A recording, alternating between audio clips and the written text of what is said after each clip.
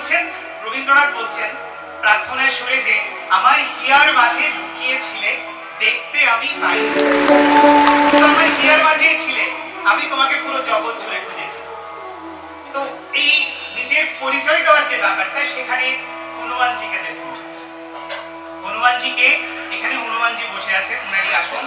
শাস্ত্র বলছে যেখানে রাম কথা হবে সেখানে হনুমানজি অবশ্যই আসবেন, অবশ্যই হনুমানজি এখানে আছেন। এটা যে বিশ্বাস করবেন সে অনুভব করতে পারবেন, সে কৃপাও লাভ করতে পারবেন। হনুমানজি যখন মা সীতার কাছে খবর পৌঁছাতে গেছে সমুদ্র পাড়ি দিয়ে যে রাম আসছে, আমার প্রভু আসছে, মা আপনি আরেকটু অপেক্ষা করুন, আমার প্রভু আসছে। জানকী মা জিজ্ঞেস করেছিল তুমি কে? হনুমানজির অসংখ্য পরিচয়। হনুমানজি চাইলে শুরু করতে পারত, যে ব্যাপারগুলো দিয়ে শুরু করতে পারত যে I am from Kishkinda and I am the king of Kishkinda।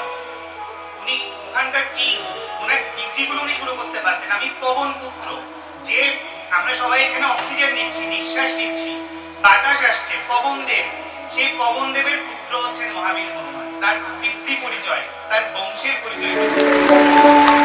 ছোটবেলায় ব্রেকফাস্ট করতে গিয়ে হনুমানজি সূর্যকে গিলতে চলে গিয়েছিল।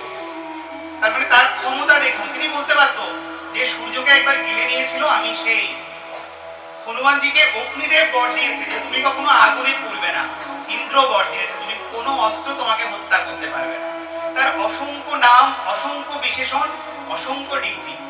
এবং পণ্ডিত, আয়ুর্বিদ্যা, চিকিৎসা বিদ্যায় এখানে আছেন, ইঞ্জিনিয়াররা আছেন। চিকিৎসা বিদ্যার একেবারে শুরুর দিকের সবচেয়ে বড় চিকিৎসক ছিলেন হনুমানজি।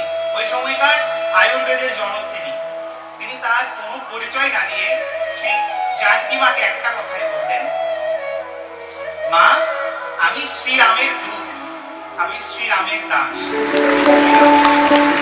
একটাই পরিচয়, একটা কথা, এর মধ্যেই সকল কথা লুকিয়ে আছে।